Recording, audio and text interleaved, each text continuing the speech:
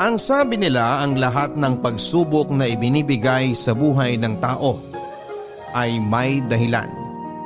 Pero hanggang kailan mo kakayaning pasanin ang pagsubok na yon para lamang mahintay ang sagot sa tanong na ano nga ba ang dahilan para lumaban at patuloy na mabuhay?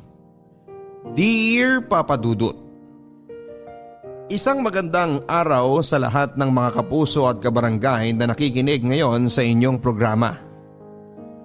Ako nga pala si Dexter, 36 years old at nagtatrabaho sa isang advertising company dito sa Mandaluyong. Sa totoo lang, ngayon pa lamang ay medyo naluluha na ako habang sinusulat ko ito. At sana ay may share ko ng maayos ang kwento namin ni Aubrey. Papadudot, bago pa lamang ako noon sa kumpanya bilang isang production artist nang makilala ko si Aubrey. Siya ang aming creative director. Sa unang beses pa lamang na pagkikita namin sa opisina niya para ipaalam sa akin ang mga dapat at hindi ko dapat gawin sa oras ng trabaho, ay aminado akong attracted na ako sa kanya. Maganda kasi talaga siya, Papadudot. Matangos ang ilong, makinis ang mukha at singkitin ang kanyang mga mata. Idagdag pa na maganda ang kutis niya at balingkinita ng kanyang katawan. At para mas lalo ninyong ma-imagine kung gaano siya kaganda, ay malaki ang pagkakahawig niya kay Miss Sanya Lopez. Kaya walang lalaki ang hindi hahanga sa unang beses na makita siya. Pero sa kabila ng napakagandang mukha ni Aubrey, ay ang pagiging mataray at suplada niya, Papadudut. Medyo perfectionist siya pagdating sa kanyang trabaho. At sa konting pagkakamali mo lamang ay ipaparamdam niya sa iyo na parang ikaw ang pinakabobong empleyado niya sa opisina. Minsan ko na kasing naranasan na masigawan niya nang nagkamali ako sa trabaho. At paglabas ko nga ng opisina niya, naabutan ko pa ang mga kasamahan ko sa trabaho na nagkakatuwaan at nagpupustahan kung hanggang kailan daw kaya ako tatagal bilang production artist ni Aubrey. Marami na raw kasi ang nag-resign dahil sa ugali niya. At akala ko rin na hindi ako tatagal sa trabaho ko. Pero hindi ko napansin na halos 1 taon na pala ako dito sa kumpanya. Papadudot, sa mga kaopisina ko rin nalaman na si Aubrey ang tipo ng babae na walang alam puntahan kung hindi bahay at trabaho lang. At kahit kailan daw kasi ay hindi siya sumama sa kahit na anong get together na para sa mga empleyado. Wala rin siyang kahit na sinong matatawag na kaibigan o close man lang sa opisina. Siguro nga kasi ay masyado siyang mataray. Siya yung tipo ng boss na kahit konting pagkakamali lang ng isang empleyado ay parang magugunaw na ang mundo sa galit. Huy Lily, thank you dito sa regalo ha. Kailangan ko talaga nito kasi wala na akong lalagyan ng mga sapatos sa bahay. You're welcome! O ikaw naman Dexter, sino nabunot mo sa exchange gift natin? Ikaw na lang ang hindi pa nagbibigay ng regalo ha? Ay, wala siya dito eh. Paanong wala? Halos lahat naman tayong creative team. Nandito na sa pantry. Nauna na nga lang kumain yung iba. Except for Dragonessa Queen! Oo nga no? Sanay na kasi akong hindi siya nakikita every mini Christmas party natin at exchange gift. Counted nga pala siya. Oo, counted siya. Ako pa nga ang nabunot niya eh. Nakita ko na lang kanina na may regalo sa table ko. Kaya palang aga niyang pumasok kanina. Ayaw niya siguro may makakita sa kanya na naglalagay ng regalo sa table mo. Siguro nga. Kasi ako yung pinakauna sa atin pumasok pero pagdating ko kanina, nasa table na siya ng office niya. So paano ba yan, Dexter? Mukhang kakailanganin mo talagang pumasok sa isang nag-aapoy na kuweba para maibigay ang regalo mo sa kanya. Ay, dali mo na rin tong pagkain niya. Pinagtabi na namin siya kasi alam namin na hindi siya pupunta dito sa pantry para makipag-celebrate. Bakit naman? Dahil ba sa religion niya? Hindi no? Alam mo yan si Dragonessa? Sa ilang taon namin nagpapasko dito sa opisina, kahit kailan, hindi pa nakipag-celebrate sa amin. Paano makikiselebrate? Subsub nga sa trabaho. Lunch break nga niya, hindi siya lumalabas ng opisina niya. Kasi nga, mas gusto niya mag-amoy kuweba siya kaysa makibonding sa atin. Nako, Good luck sa'yo, Dexter, kung paano mo ibibigay yung regalo mo sa kanya. Sama pa naman ang ugali nun. Kaya baka tarayan ka lang niya kapag inabot mo na yan. Ikaw talaga, Nolan. Kung ano-ano na naman ang sinasabi mo tungkol kay Miss Aubrey. Mabait naman yung tao. Strikto nga lang pagdating sa trabaho. At iba ang istrikto sa masamaang ugali. Pero na rin yun. Niwala nga siyang pakialam sa mga kasama niya sa trabaho eh. Sinabi mo pa. Naalala ko tuloy nung nagkasakit ang anak ko, tapos 1 linggo akong absent. Hindi nga niya ako binigyan ng suspension dahil sa absent ko. Pero hindi niya rin in-approve ang mga emergency leave request ko. Ilang araw tuloy akong walang sinweldo nang dahil sa kanya. Pero diba in-explain naman ni Miss Aubrey kung bakit hindi na-approve ang mga leave request mo? Dahil wala kang nasubmit na medical documents that time. Required kaya yun para sa mga nagli-leave. Kahit na, no? Yung ibang manager nga ina-approve yun. Siya lang talagang hindi pumapayag. Sa tingin ko, sumusunod lang naman si Miss Aubrey sa policy ng opisina natin. Perfectionist nga kasi sa trabaho si Miss Aubrey. Kaya ayaw niya nang may nagkakamali. Mas lalong ayaw niya sa mga empleyado na hindi sumusunod sa policy niya at ng opisina na to. Saka pwede ba, iwasan na natin ang pagsasalita ng negative sa kanya. Hindi pa naman natin siya kilala talaga para husgahan natin yung buong pagkatao niya.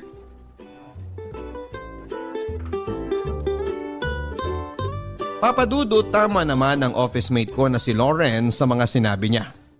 Istrikta si Aubrey pagdating sa trabaho pero hindi ibig sabihin noon ay masama ng ugali niya. Gusto niya lang na maayos ang mga trabaho namin sa opisina.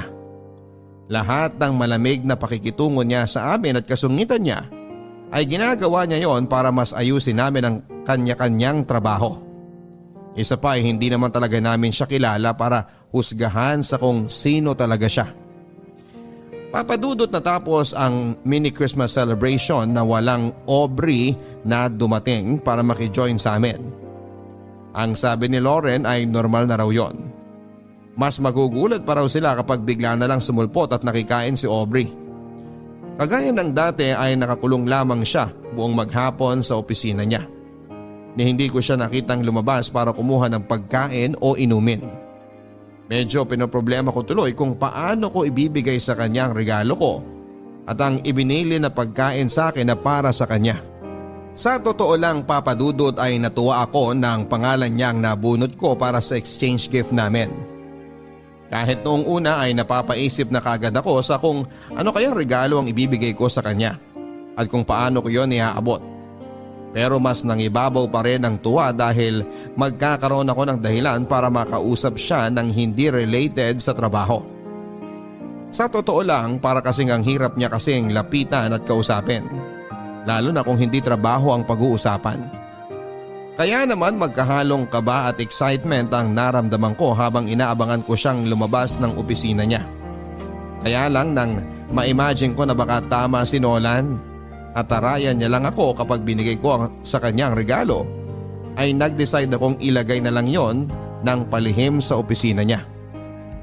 Papadudot, pahapunan nang sa wakas ay magbukas ang pinto ng opisina ni Aubrey at lumabas siya para siguro kumuha ng tubig sa pantry. Saglit akong pumasok sa opisina niya at nilagay ang regalo ko para sa kanya, pati na rin ang pagkain. Nang makabalik ako sa table ko ay medyo nakahinga na ako ng maluwag at muling nakapagtrabaho ng maayos.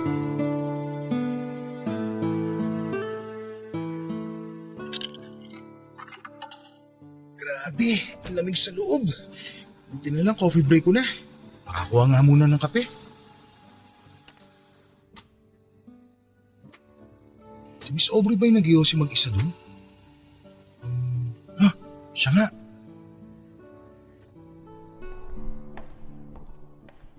Miss Aubrey, gusto mo ng kape? Hindi, okay lang. Salamat. Ikaw, Yossi, gusto mo? Meron pa akong extra. Hindi po kasi ako nagsisigarilyo eh. Magkakape lang po talaga ako kasi sobrang lamig po doon sa loob ng opisina. Pwede ba wag mo na nga akong pinupo? Mas matanda ka pa kaysa sa akin. Okay, sige. Break time mo ba? Tapos ka na sa trabaho mo sa loob? Oo, hinihintay ko lang yung ipapasa na bagong theme sa akin ni Lauren para sa next project natin. Gagawin ko na rin kagad yung cover design mamaya para makita mo. Buti naman, para hindi tayo palagi naghahabol sa deadline. Ayoko kasi talaga na natatambakan ng trabaho. Sabi nga nila sa loob, 2 weeks ahead daw sila palagi sa deadline na binibigay ng mga client natin. Hindi ko kasi gusto na nasasanay silang pumipetiks-petiks kahit may mga bagay na dapat pang trabahuhin at tapusin. Sa bagay, mas okay naman talaga yun. Para hindi tayo napipressure palagi sa deadline. Salamat nga pala dun sa regalo mo. Wala yun. Saan mo pala nabili yun? Tsaka, paano mo nasigurado na wala pa akong kopya nun? Alam mo kasi, ilang taong ko nang hinahanap yung librong yun eh. Nakita ko kasi yung bookshelf mo sa office at yung collection mo ng mga libro. Pareho kasi kayo ng collection ng tita ko eh. Kaya napansin ko na parang kulang ka ng isang title ng book na yon. Talaga? Mahilig din siya magbasa ng novel? Oo, lalo na ng mga romance novel. Actually, kung mapapansin mo nga, medyo luma na yung binigay ko. Hiningi ko lang kasi yun sa kanya. Kaya dinagdagan ko na lang ng imported na tsokolate yung regalo ko sa'yo. Okay lang. Ako nga sobrang hirap na hirap talaga akong hanapin yun eh kasi laging out of stock. Ilang beses na ako nag-request sa mga bookstore pero wala pa rin. Kahit nga sa mga international online shop, hindi siya available. Buti pala yun talagang naisip ko iregalo. Sa totoo lang medyo nahirapan ako maghanap na ibibigay sa'yo kasi parang halos lahat meron ka na eh. Hindi, no, ano ka ba? Anyway, thank you ulit dun. Na-appreciate ko yung pagiging observant mo sa loob ng opisina ko. Walang anuman. Alam mo, mag-iisang taon na ako dito sa kumpanya pero parang ngayon lang kita nakita ngumiti ng ganyan. Bagay pala talaga sa'yo. Ano bang sinasabi mo dyan? O sige na, babalik na ako sa loob. Huwag ka na magtatagal dyan ha, marami pa tayong trabaho.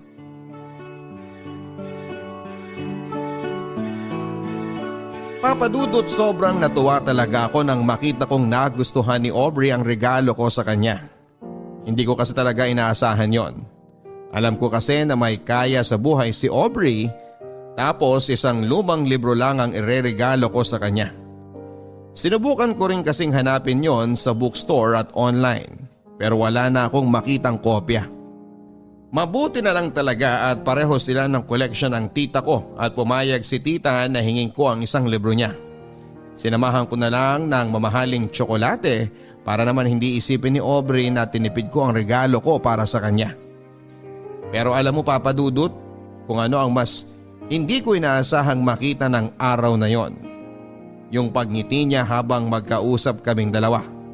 Sa loob ng halos isang taon na nagtrabaho ako sa advertising company na yon ay ni isang beses ay hindi ko siya nakitang ngumiti ng ganon. Kaya naging sobrang espesyal sa akin ang saglit naming pag-uusap ni Aubrey. Papa Dudut, sa pagpasok ng bagong taon ay napansin ko ang unti-unting pagbabago kay Aubrey. Oo, masungit pa rin siya. Mataray at perfectionist pagdating sa kanyang trabaho. Pero paminsan-minsan ay nagagawa na niyang ngumiti na talaga namang bagay na bagay sa mukha niya. Mas lalo siyang gumaganda at hindi nga nagtagal. Naramdaman ko na mas lalo akong nagkakagusto sa kanya. Hanggang sa ma-realize ko na nai-inlove na ako sa creative director ng company namin. Papadudot, dahil medyo nagiging close na ako sa creative director namin, ay Aubrey na lamang ang tawag ko sa kanya kapag kaming dalawa lang ang magkausap. Madalas din ay magkasama na kami sa coffee break. Doon namin pinagkukwentuhan ang mga bagay na hindi related sa trabaho. Kaya naman nalaman ko na high school pa lamang siya ay ulila na siya sa mga magulang. Wala rin siyang mga kapatid o malapit na kamag-anak na nakasama noon. Mag-isa siyang pinag-aaral at binuhay ang sarili niya habang nakikitira sa ninang niya na matandang dalaga. Mabait naman ang ninang niya dahil pinatuloy siya dito sa bahay, Papa Dudut. Kaya lang noong nasa college na siya ay namatay ito sa sakit sa puso. Kaya kinailangan niyang maghanap ng ibang titirhan. Kumuha siya ng maliit na kwarto. Nagtrabaho bilang service crew sa isang food chain at nag-aral sa gabi. Ganon ang naging routine ng buhay niya hanggang sa nakatapos siya ng college at magkaroon ng maayos na trabaho. At ngayon nga ay may mataas na siyang posisyon sa opisina namin, Papa Dudut. May sarili na siyang bahay na siya lang mag-isa ang nakatira. dahil wala na nga siyang malapit na kamag-anak. Yun din ang dahilan kung bakit sanay talaga siya nang walang kasama sa bahay o kahit sa trabaho. Isa rin daw sa mga dahilan kung bakit hindi siya madalas nang ngumingiti ay dahil pakiramdam niya nagiging mahina siya kapag nakikita ng ibang tao na parang mabait siya. Kaya pinapangatawanan na lamang niya ang pagiging isang dragonesa sa loob ng opisina.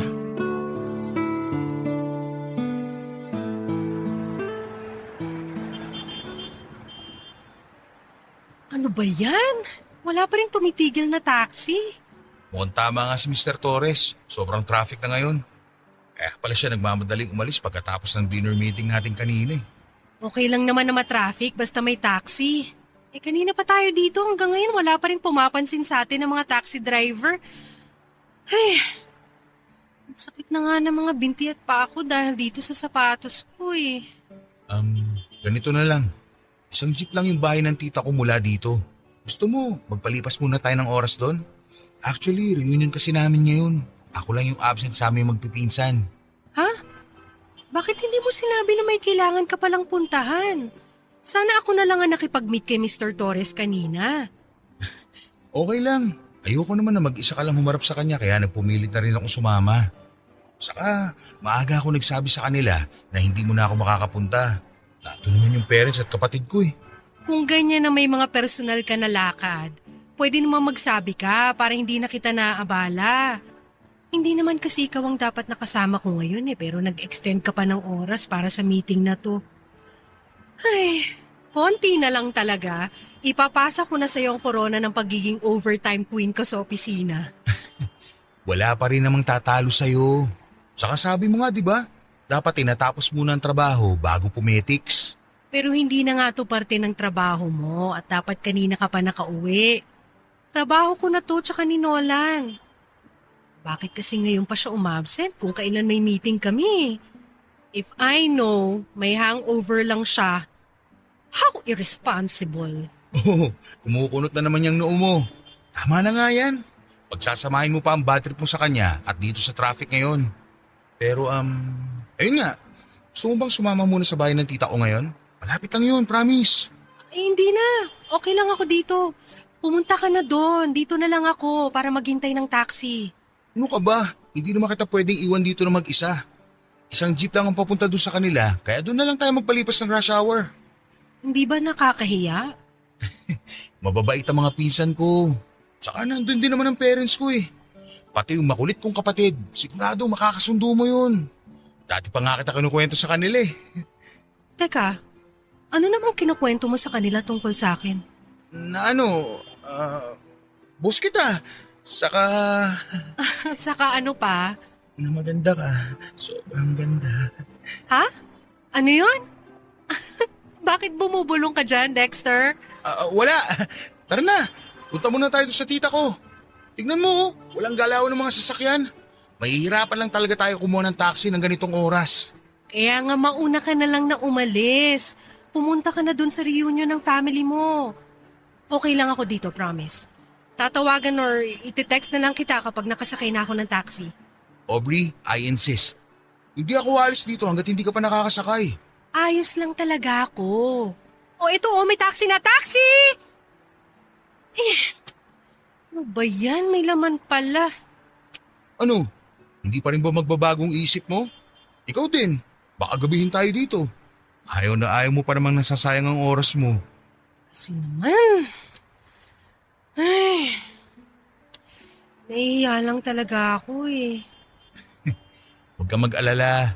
Mababait talaga ang mga pinsan ko sa buong family ko. Kaya sigurado ako na mag-i-enjoy ka ron. Sa tingin mo ba, okay lang talaga sa kanila na pumunta ako? Oo naman. Sabi ko nga diba, patagal ka na nilang gustong makilala ng personal. Saka akong bahala sa'yo kung sakaling gabihin man tayo. Ihatid kita pa uwi. Kaya tara na. Ako na magdadala nitong bag mo.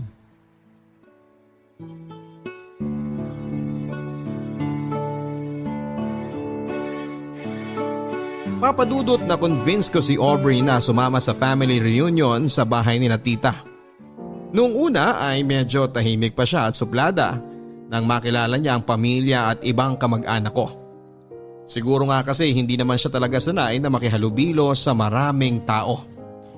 Pero nang lumapit na sa kanya ang nakababata kong kapatid na babae na totoo namang makulit at madaldal, doon na rin siya nagsimulang ngumiti at makipagkwentuhan. Hanggang sa pati ang pinsan ko, kinakausap niya na rin at nakainuman pa niya. Kaya pumayag na rin siyang ihatid ko siya pauwi sa bahay niya pagkatapos ng reunion. Papadudot simula ng araw na yon ay mas nakilala ko si Aubrey. Yung totoong siya na hindi nagtatago sa pagiging isang dragonesa ng opisina. At dahil naramdaman ko na wini-welcome niya ako sa buhay niya bilang isang malapit at totoong kaibigan, mas ipinakilala ko rin ang sarili ko sa kanya. Kung dati-rate bahay at opisina lamang ang alam na puntahan ni Aubrey, nagkaroon na kami ng chance na dumaan sa coffee shop pagkatapos ng trabaho. Pero hindi para sa isang client meeting, kung hindi para kumain, magkape at magkwentuhan. Madalas din kapag weekend ay nasa bahay namin siya. Kung hindi sila magkakwentuhan ng kapatid kong babae, tumutulong naman siya sa pagluluto kay mami. Pati na rin ang mga pinsan ko na pumupunta sa bahay, nakabanding niya at hindi siya matalo-talo pagdating sa inuman. Alam mo papadudot, pakiramdam ko nga minsan ay nag-iiba si Aubrey kapag nasa labas na siya ng opisina. Nawawala na kasi yung pagpapanggap niya na mataray siya at sobrang perfectionist sa buhay. Kapag magkasama kami, nagagawa na niyang ngumiti at tumawa. Nasanay ako sa ganong setup namin. Kaya nang minsang mag-leave siya sa trabaho niya ng halos 2 linggo, na alam kong hindi niya talaga ginagawa, ay dinalaw ko siya sa bahay niya para kumustahin siya. Ang sabi niya sa akin ay may trangkaso lamang siya at pagaling na rin siya. Dumalaw raw kasi ang mga pinsan niya na galing sa ibang bansa na kaagad din namang umalis. Pero iba ang naging kutob ko, papadudot. Lalo na nang bigla na lang siyang nahilo habang magkausap kami.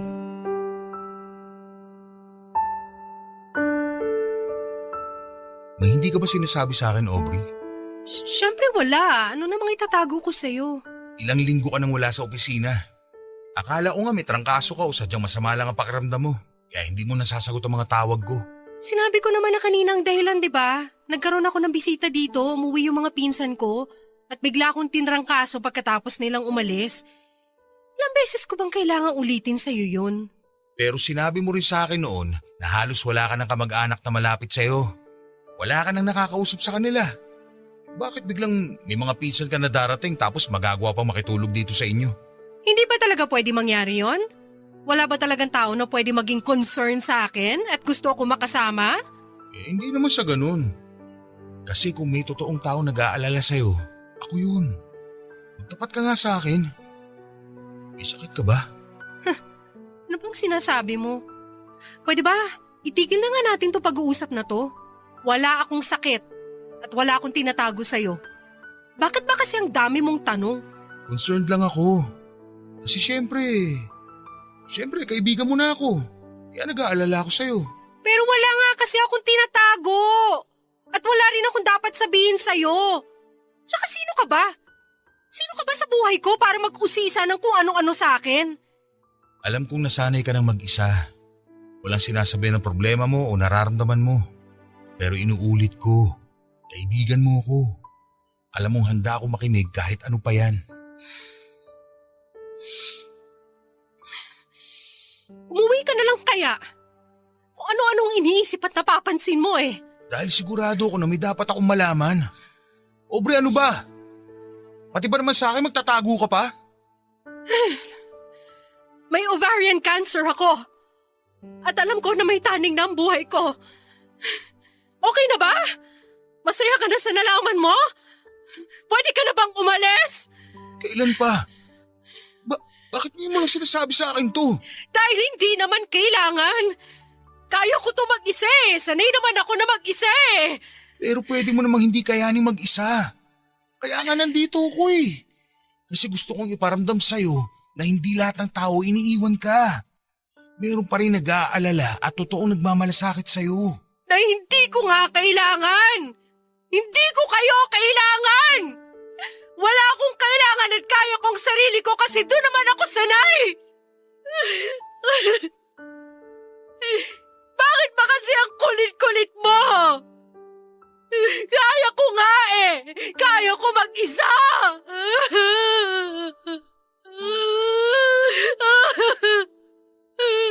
Kaya ko! Tama na. Huwag ka nang umiyak. Hindi ka na ulit mag-iisa.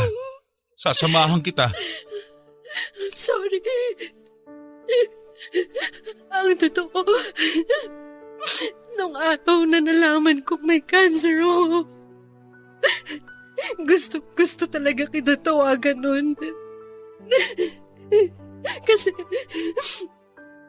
Kasi ikaw lang naman ang nakakausap ko eh. Pero naisip ko na para saan pa? Mamamatay na lang din ako, bakit pa ako magiging pabigat sa ibang tao? Hindi ka naman ibang tao sa akin eh. Pero ayoko pa rin maging pabigat sa'yo. Tsaka ilang taon na ako nabubuhay na mag-isa. Anong bago kung mamatay na lang din ako na nag-iisa? Hindi. Hindi ka mamamatay.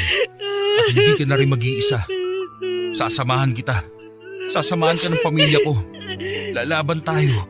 At mabubuhay ka pa ng mas matagal.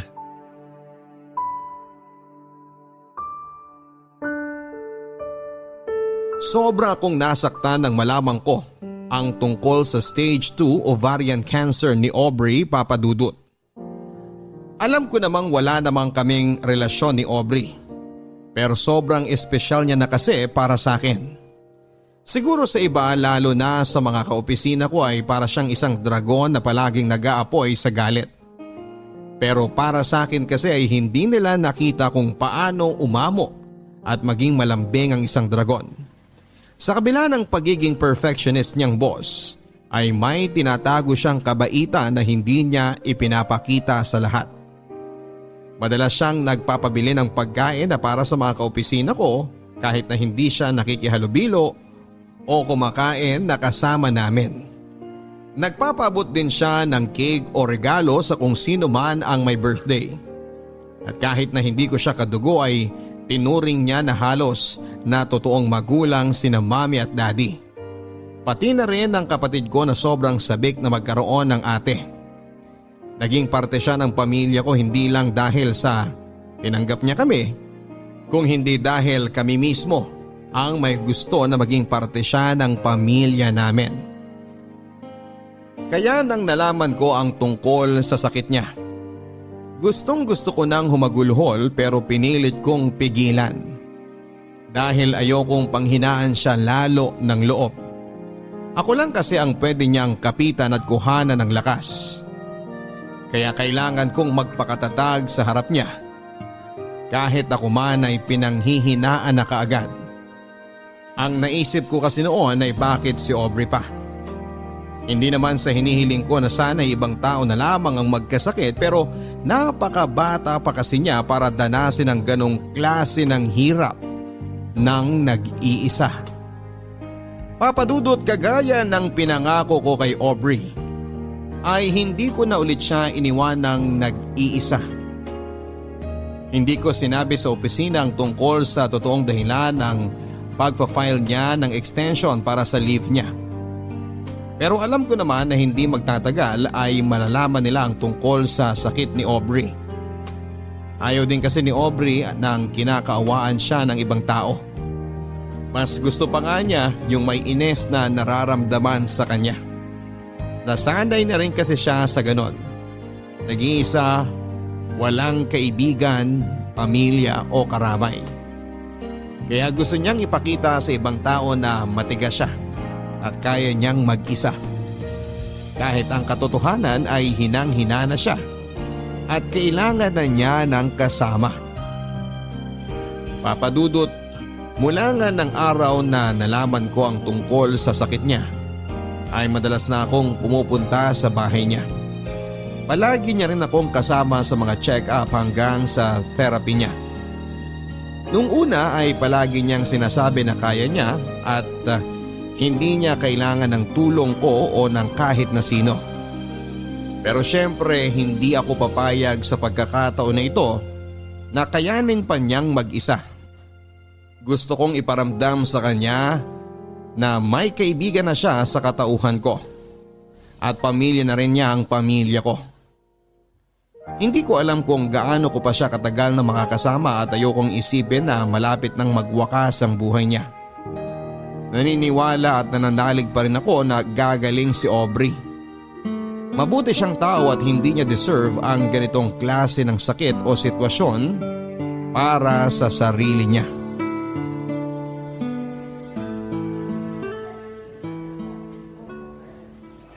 Aubrey, sandali na lang to. 3 pasyente na lang at maasikaso na tayo ng nurse. Mabuti naman kung ganon. Grabe, no? Ang daming tao ngayon dito sa ospital kumpara nung isang araw. Oo nga eh, medyo mainit tuloy. Kamusta na pala ang pakiramdam mo? Hindi ka na ba nahihilo?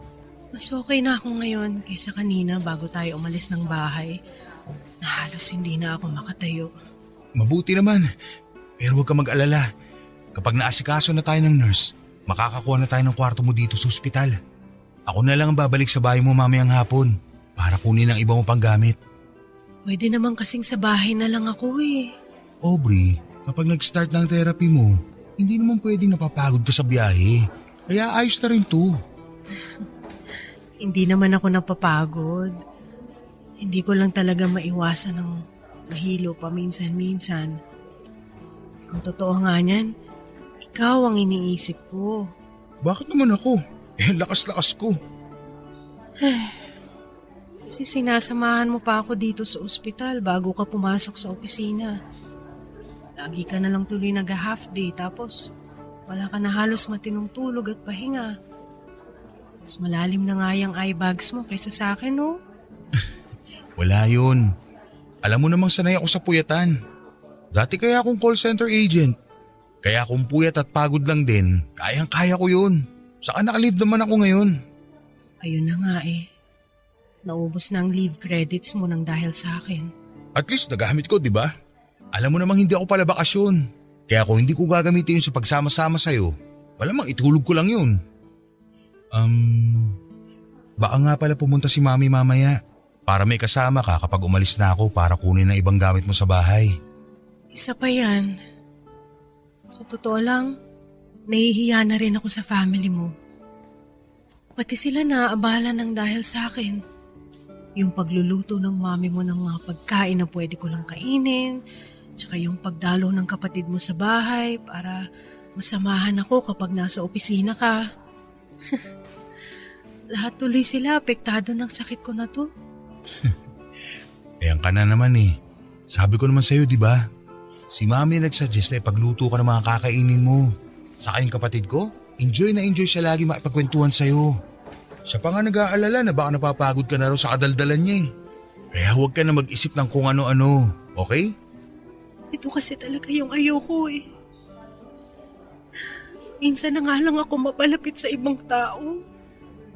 Nagiging pabigat pa ako. Kaya nga pinipilit ko na lang na ilayo ang sarili ko kasi ayokong dumating ang araw na... Shh! Tama na, Aubrey. Hindi ka na iba sa pamilya ko. Nakita mo naman kung paano ka nila tinanggap nung unang beses ka pa lang nilang nakilala, hindi ba? Kaya wag na wag mong iisipin na nagiging pabigat ka sa amin. Thank you, Dexter, ha? Thank you talaga sa inyong lahat.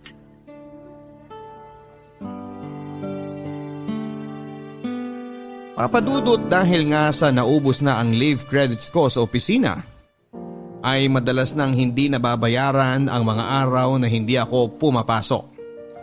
Pero sinisigurado ko na bago ako mag half day o mag leave ay natapos ko ng lahat ng mga trabaho na dapat kong tapusin. Minsan nga ay dinadala ko na rin ang mga yon sa bahay para lang hindi ako maabutan ng deadline. Hindi rin kasi ako pwedeng mawala ng trabaho lalo na ngayong tumutulong na rin ako financially para kay Aubrey. Papadudot kahit paano ay nabawasan ang pagod ni Aubrey sa pila at biyahe nang pumayag na siyang magpa-confine sa ospital para doon na ituloy ang therapy niya. Nang nalaman din ng pamilya ko ang tungkol sa sitwasyon ni Aubrey ay sila nang nag-offer ng tulong para sa kanya. Nagbabantay sa ospital ang kapatid kong babae at si mami naman ay palaging nagluluto at nagdadala ng pagkain na pupwede kay Aubrey. Parte ng pamilya na talaga ang turing nila kay Aubrey at alam kong nararamdaman niya yon. Papadudot na kwento rin kasi ni Aubrey sa akin dati na may mga alaala pa siya na kasama niya ang mga magulang niya at sobrang saya nila noon. At kapag daw nasa bahay namin siya noon at kausap niya si mami o ang mga kapatid ko ay ramdam niya na parang hindi na siya iba sa pamilya ko. Yun naman talaga ang gusto kong iparamdam sa kanya, Papa Dudut. Kaya nga natuwa na rin ako nang hindi na niya tanggihan ang tulong ng pamilya ko. Nasamahan siya sa ospital kapag nasa trabaho ako.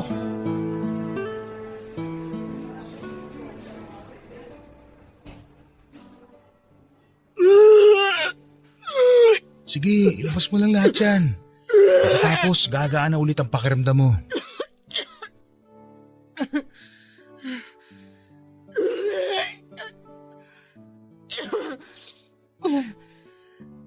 Ano? Okay ka na ba?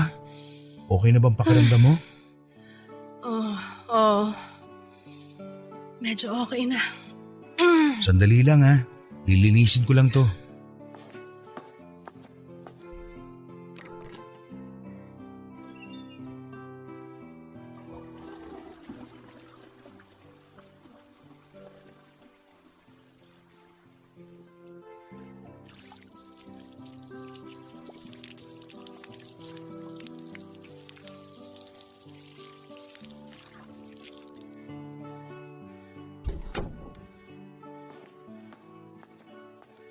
Gusto mo bang matulog muna? Hindi. Ayoko. Para kasing wala na akong ibang ginawa kundi matulog ng matulog. Yun naman kasi ang kailangan ng katawan mo. Pahinga. Nakakapagod din pala magpahinga. Lalo na kapag paulit-ulit. Ang sabihin mo, naninibago ka lang kasi sobrang workaholic mo. Nanggaling nga pala sila mami dito kanina habang tulog ka. Dinalhan ka nila ng prutas. Talaga? Tatawagan ko na lang siguro sila mamaya para makapagpasalamat ako. Oo, siguradong matutuwa sila kapag narinig nila ang boses mo. May gusto ka bang kainin? Ipagbalat kita ng orange o mas gusto mo tumansanas? Kahit yung orange na lang. Sige. Si tita nga pala dapat dadalaw din ng isang araw. Kaya lang nagkasakit si Lola kaya hindi natuloy. Pero lagi niyang sinasabing namimiss ka na raw niya. Yung mga pinsan ko naman nangungulit kung kailan ka raw ba ulit nila makakainuman. Ang sabi ko, magpalakas muna sila ng atay para matalo ka nila. Tapos Gusto ko nang umuwi. Hindi pa pwede, Aubrey. Kaya ko namang bumiyahe pa uwi pagkatapos ng chemotherapy. Pero mas mapapagod ka kapag nag-uwian tayo sa bahay mo. Nakaya ko naman dati, di ba? Mas maaalagaan ka ng mga nurse dito. Kaya kong alagaan ang sarili ko sa bahay. Alam ko naman na kung ano mga dapat kong gawin at hindi ko rin ginagawa ang lahat ng mga bawal. Ayoko lang talaga na magstay pa dito sa ospital. Ayoko na sa kwarto na to. Gusto mo ba ng bagong movies? O bagong books para malibang-libang ka? Pwede ko rin naman sabihan ng kapatid ko na kapag wala siyang pasok, dito na muna siya ulit. Pero baka ikaw naman ang mapagod sa kadaldalan niya. Hindi naman ako naiinip. Hindi rin ako nalulungkot.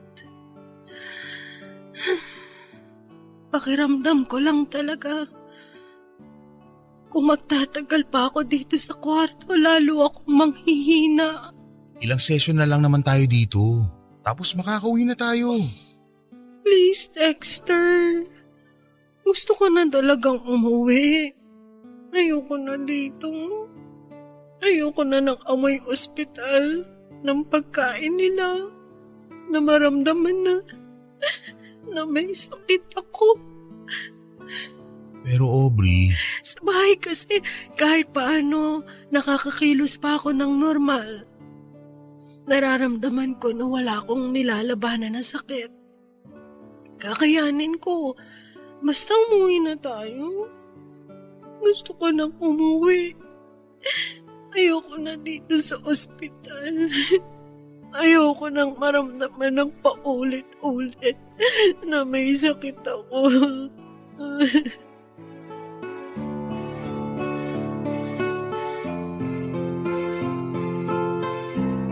Papadudot pakiramdam ni Aubrey ay mas nanghihina siya kapag nakakonfine siya sa ospital. Kahit para sa akin ay mas convenient pa ngayon dahil may 30 minutes din ang biyahe namin tapos ay pipila pa kami. Pero hindi ko na nga napilit pa si Aubrey na magstay kami sa ospital. Papadudot pagkalipas ng 2 araw ay umuwi na kami sa bahay ni Aubrey. Pumupunta na lamang kami sa ospital kapag schedule na ng therapy niya. Matatag si Aubrey at kahit kailan ay hindi niya ako pinakitaan ng kahinaan o pagkapagod. Wala akong reklamo na narinig at palagi lang siyang nakangiti kapag tumitingin sa akin. Bagay na nagpapalakas lalo sa loob ko na malalampasan niya ang lahat ng ito. Malalampasan namin ang magkasama. Iba kasi ang dating na mga ngiti niya sa akin. Para bang gusto niyang iparamdam sa akin na kagaya ko ay lumalaban din siya at pareho kaming umaasa na gagaling siya. Papadudot sa totoo lang ay nagsisimula na akong panghinaan ng loob na malalampasan ni Aubrey ang napakabigat na pagsubok na ito. Lalo na nang tumaas sa stage 3 ang ovarian cancer niya na sinundan ng panghihina lalo ng katawan niya. Pero nakikita ko pa rin ang determinasyon niya na lumaban. Bagay na muling nagbigay ng lakas ng loob sa akin para magpakatatag. Kung si Aubrey nga ay nangihina na ay pilit na nagpapakatatag at nagpapakalakas. Ano pa ako na walang iniindang sakit sa katawan. Kaya kailangan kong taasan ang pananalig ko na gagaling siya at malalampasan niya ang lahat ng ito. Papadudot habang tumatagal na nakakasama ko si Aubrey ay mas lalo ko siyang minamahal. Pero pinigilan ko ang sarili ko na sabihin sa kanya ang bagay na yon. Ayoko kasing isipin niya na baka naaawa lang ako sa kanya. Kaya sa halip na marinig niya sa akin ang tungkol sa nararamdaman ko, ginawa ko na lamang ang lahat para maiparamdam sa kanya kung gaano ko siya kamahal. Inalagaan ko siya, inasikaso at kahit kailan ay hindi iniwan. Kasama ko ang pamilya ko sa pagpaparamdam kay Aubrey na hindi siya nag-iisa at may mga tao na nagmamahal at patuloy na nagmamalasakit sa kanya. Sa paraan na yon, alam ko na magpapakatatag siya at lalaban. Hindi lang para sa sarili niya kundi para na rin sa amin. Papadudot dahil nga sa indefinite leave ni Aubrey sa kanyang trabaho, nalaman na ng mga kaopisina namin ang totoong nangyari sa kanya. Pati na rin ang dahilan kung bakit palagi akong late sa trabaho ko. Half day o naka-leave. Halos lahat sila ay nakisimpatya sa pinagdadaanan ni Aubrey, Papadudot. At dahil nga madalas akong naka-leave without pay sa opisina namin, nagsimula ko na ring magastos ang mga ipon ko. Hindi rin kasi biro ang gastusin para sa therapy at sa mga gamot ni Aubrey. At alam ko na paubos na rin ang savings niya.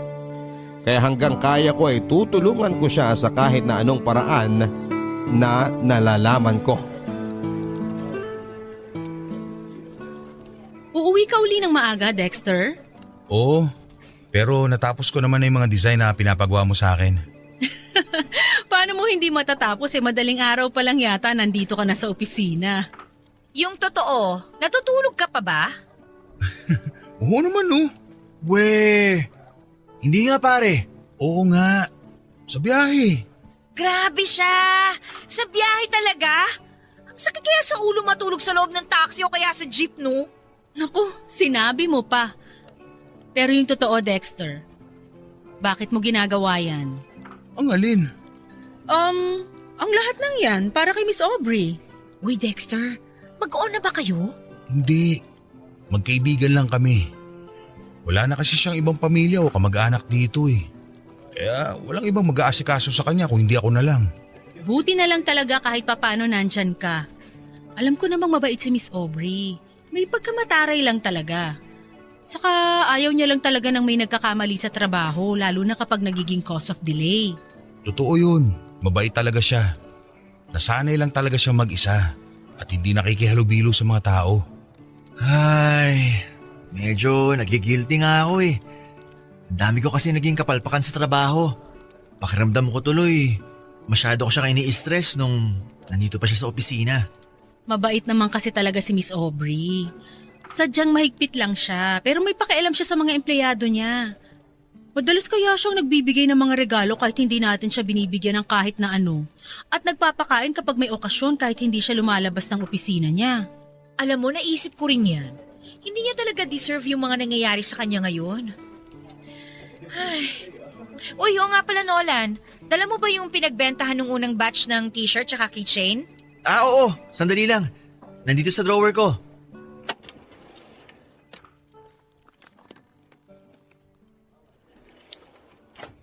O pare, tanggapin mo to. Oh, para saan tong sobre ng pera? Konting tulong para kay Miss Aubrey. Nitong mga nakaraang buwan kasi, nag-isip kami kung paano kami makakatulong sa kanya. Sa inyong dalawa. At itong naisip naming paraan. Gumawa kami kasi ng fundraising dito sa office. Nagpagawa tsaka nagbenta kami ng mga t-shirt at tsaka keychains. Alam namin na medyo maliit na halaga pa lang yan kumpara sa gastusin niya ngayon. Pero sana makatulong. Malaking tulong na to para sa kanya. Yung pag-aalala niyo pa lang sa kanya at paggawa ng mga ganitong bagay. Sobra-sobra na kayong pasasalamatan ni Aubrey kapag nalaman niya to. Basta pare, kung may iba pa kayong kailangan ni Miss Aubrey na pwede namin maitulong, magsabi ka lang ha.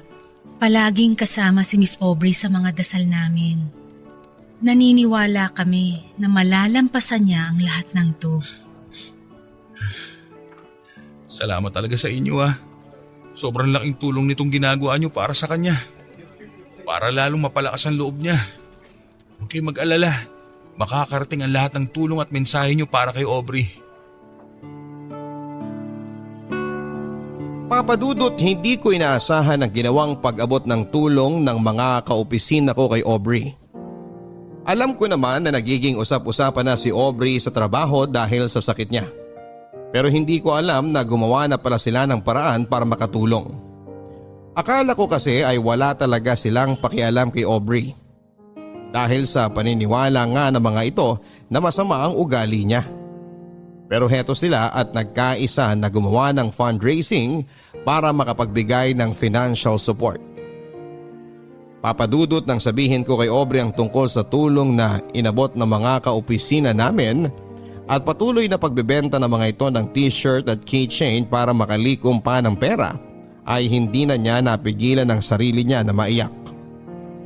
Nagigilty daw siya dahil pakiramdam niya ay hindi naging mabuti ang treatment niya sa mga ito. Pero heto sila at nagmamalasakit para sa kanya. Kaya raw kapag nabigyan siya ng isa pang pagkakataon ay babawi siya sa mga ito. Papadudot, sinabi ko naman sa kanya na wala siyang dapat na ipag-alala. Dahil naiintindihan ng mga kaopisina namin na ginawa niya lang ang tama pagdating sa trabaho. At alam ng mga ito kung gaano siya kabuting tao. Hindi niya kailangang bumawi dahil lumaban at gumaling lang siya sa sakit niya ay sapat na yon para masuklian lahat ng tulong na ibinigay ng mga taong nagmamalasakit sa kanya. Nakausap ko yung kapatid mo kanina sa telepono. Ang kulit-kulit pa rin talaga. Kung pwede raw na dito na lang siya sa bahay matulog araw-araw para may kasama siyang manood ng K-drama. Ang sabi ko naman, kapag weekends na lang para pwede siyang magpuyat, diba? Dexter? Okay ka lang? Naririnig mo ba ako? Ha? Oo, okay lang. Bakit naman hindi ako magiging okay? Ano nga yung kinukwento mo? Tungkol kay mami, hindi ba? Ay, tungkol sa kapatid mo, ang sabi ko. Kausap ko siya sa telepono kanina. Oo nga. Sorry. Medyo nabibingi lang ako. Last session na nga pala natin sa chemotherapy mo next week, no? Nag-file na rin ako ng leave for 1 week. Bakit magli-leave ka pa? Wala ka ng leave credits, di ba? Hindi na yan mababayaran ng kumpanya. Kaya dapat pumasok ka na lang noon. Okay lang. Gusto ko kasi sana na mag-celebrate tayo pagkatapos ng last therapy mo. Para saan? Tapos ng birthday mo ah. Hindi ko rin naman birthday. Walang may birthday. Gusto ko lang na magkaroon ng advance celebration kasi sigurado naman ako na pagkatapos ng last session ng therapy mo, kagaling ka na. Hindi ka pa rin nawawala ng pag-asa. Kahit kailan, hindi naman ako nawala ng pag-asa eh. Araw-araw ka kayang pinagdadasal ni na mami at tita. Pati na rin ang mga kaopisina natin. Saka sinabi ko naman sa'yo, hindi ba? Kahit hindi ako nurse o doktor, alam ko nagagaling ka. Hindi ko na talaga alam kung paano ka papasasalamatan. Kayong lahat, lalo na ang pamilya mo. Buong buhay ko, hindi ko naisip na pwede ko pa palang maranasan to. Pwede pa pala akong magkaroon ng pamilya. Wala ka naman dapat na ipagpasalamat kasi ginusto naming lahat na gawin to. Parte ka na ng pamilya namin. Kaya lahat gagawin namin para sa'yo. Alam mo dati, takot na takot akong mamatay. Kasi hindi ko ma-imagine kung paano mamamatay ng nag-iisa. Walang pupunta sa burol ko. Walang makikiramay. Walang iiyak. Aubrey, hindi ka na nag-iisa ngayon. At hindi ka rin mamamatay. Ngayon hindi na ako takot. Pero handa na rin akong lumaban. Kasi honestly, nawala na ako ng pag-asa noon eh. Tinanggap ko na hanggang dito na lang talaga ako. May pag-asa pa tayo. Kakayanin natin to. Ay. Oo. Kakayanin ko pa. Dahil sa tuwing nakikita ko kayo ng pamilya mo, pakiramdam ko, nabubuo ulit ako. At sa tuwing hawak mo ang mga kamay ko kagaya ngayon, lumalakas ako. Kaya nga hindi ko nabibitawan itong mga kamay mo kahit kailan. Alam mo, kung pagbibigyan lang talaga ng Diyos na madugtungan pa ulit ang buhay ko, o kahit hanggang dito na lang talaga ako, magpapasalamat pa rin ako ng paulit-ulit sa Kanya kasi kahit sa kahuli-hulihang sandali ng buhay ko, naranasan ko pa rin kung paano maging parte ng isang masayang pamilya. Basta lalaban pa rin tayo ha. Walang susuko sa atin. Sasamahan kita kahit na anong mangyari. Hinding-hindi ka nabibitiwan ng mga kamay ko. Oo, lalaban ako. Lalaban ako para sa'yo. Para makasama ko pa kayo ng mas matagal.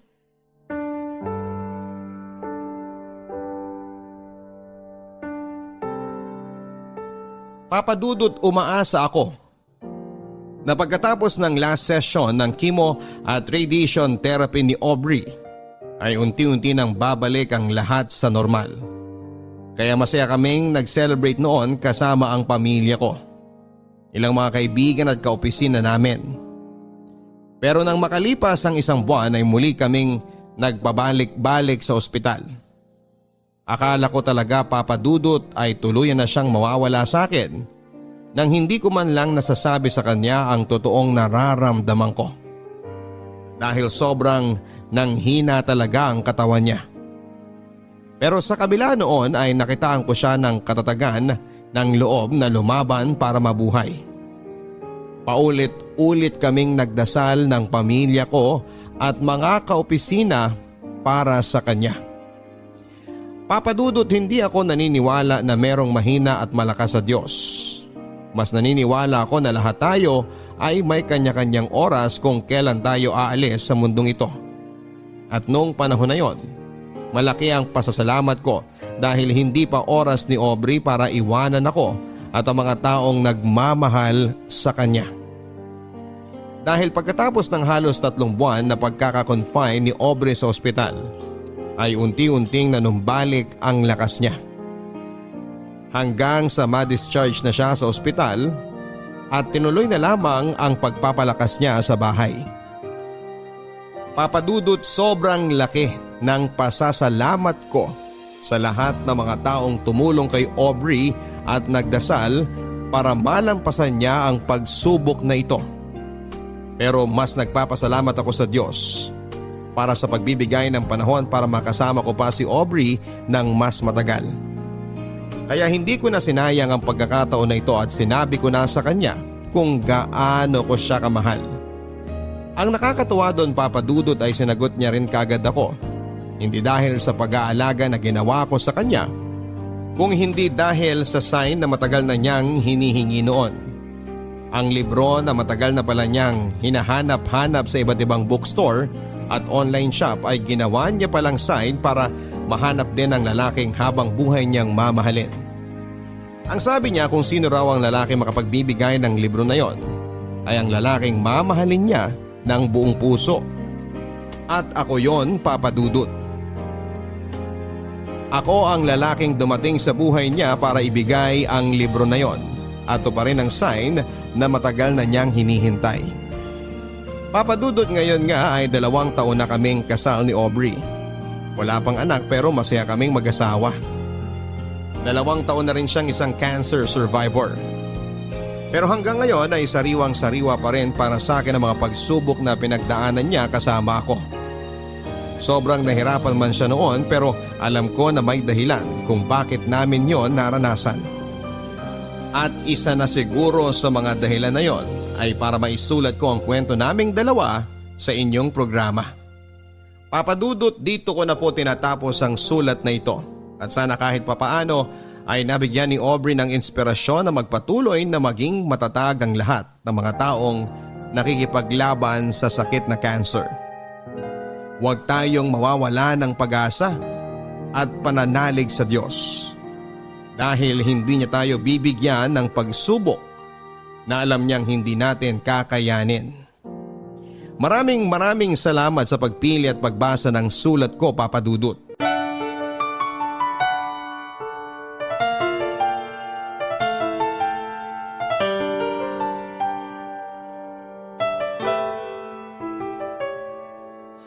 Ang buhay ay mahiwaga, laging may lungkot at saya. Sa Papa Dudut Stories, laging may karamay ka.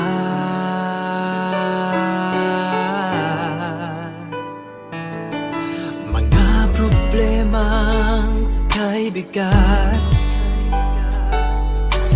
dito ay pakikinggan ka. Sa Papa Dudut Stories, kami ay iyong kasama. Dito sa